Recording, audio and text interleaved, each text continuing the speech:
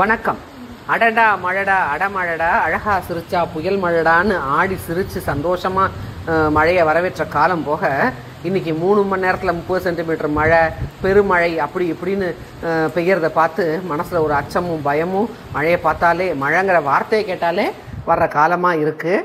அதுக்கு இன்னும் add on பண்ணுறதுக்கு நிறைய யூடியூப் சேனல் முக்கடல் பொங்கும், டிசம்பரில் சென்னை முழுகும், இந்த மாதிரி ஒரு கேப்ஷன்ஸோடு அவங்க அதோட அந்த இதை பார்க்க வைக்கிறதுக்காக என்னென்னத்தையோ போட்டு நம்மளோட பயத்தை இன்னும் ஜாஸ்தி பண்ணி விட்றாங்க. இந்த மாதிரி தான் அந்த ஃபெஞ்சல் புயல் டைமில் சென்னையை டார்கெட் பண்ணி வருது, இன்னும் 2 நாளில் இவ்வளோ மழை பெய்யும் அப்படிங்கும்போது இங்கே நடக்கிற மெட்ரோ பணிகளும் அது இல்லாமல் இங்கே இருக்கிற ஏரிகளையும் குளங்களையும் ஒன்றையுமே தூரும் வரலை, ஒரு சுத்தம் பண்ணலை, ஒன்றுத்துக்குமே தயார் பண்ணலை. அப்படி இருக்கும்போது கண்டிப்பாக எந்த ஒரு மனுஷங்களுக்கும் இதை பார்த்தா ஒரு பயம் வரத்தான் வரும். இத்தனை மழை பெஞ்சால் இத்தனை தண்ணி எங்கே போகும், எல்லாரும் வீட்டுக்குள்ளேயும் தான் வரும்.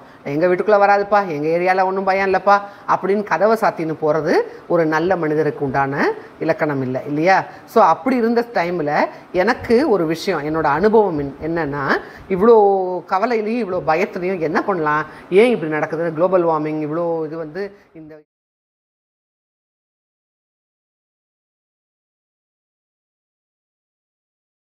இந்த மாதிரி முன்னாடி நடக்கலையா? அப்போ முன்னாடி நடந்திருந்தால் என்ன பண்ணாங்க? வெதர் ரிப்போர்ட்டர்ஸ் கிடையாது, இவ்வளோ வார்னிங்ஸ் கிடையாது. அப்போ எப்படி சமாளித்தாங்க, எப்படி இந்த மாதிரி ஒரு பேரிடர் காலத்தில் எது அவங்களுக்கு உதவி பண்ணித்து அப்படின்னு தேடும்போது எனக்கு ஒரு வீடியோ கண்ணில் பட்டது யூடியூப்பில். இந்த வீடியோ என்னென்னா, அப்போது ஒரு டைமில் தமிழ்நாட்டில் தொடர் மழையாக பெஞ்சு ஒரு பெரிய பேரிடர் வந்தப்போ மக்களுக்கு என்ன பண்ணுறதுனே தெரியாதப்போ இப்போ சில பேர் நம்மளுக்கு குருவாக இருந்த நம்ம பரமாச்சாரியாள்கிட்ட போய் எல்லோரும் கேட்டிருக்காங்க என்ன பண்ணலாம் அப்படிங்கும்போது அவர் நடமாடும் தெய்வம் இல்லையா, அந்த காலத்துலேயும் அதுக்கு வழி கொடுத்துருக்காரு. இப்போ நான் பயத்தோடு பார்த்த எனக்கும் ஒரு வழி கிடச்சிது அந்த யூடியூப்பில்.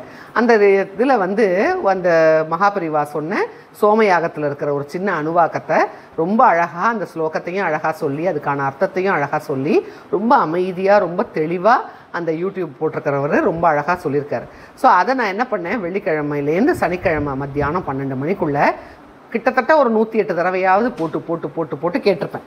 அப்படி கேட்டு கேட்டு கேட்டு கேட்டு நம்பிக்கையோட என்னால் முடிஞ்சது பிரார்த்தனை ஒன்று தான்ப்பா, மக்களை காப்பாற்று, தீங்கின்றி நாடெல்லாம் திங்கள் மும்மாறி பெய்யுதுன்னு ஆண்டாள் வேண்டின மாதிரி நல்லபடியாக மழை மக்களுக்கு கருணையோடு இருந்து நல்ல மழையாக பெஞ்சு யாருக்கும் எந்த ஆபத்தும் இல்லாமல் நல்லபடியாக பெய்யட்டும் அப்படிங்கிற பிரார்த்தனையோடு நான் அதை பண்ணினேன். உண்மையிலேயே என்னோட மனசுக்கு அது கை மேலே பலன் கொடுத்தது.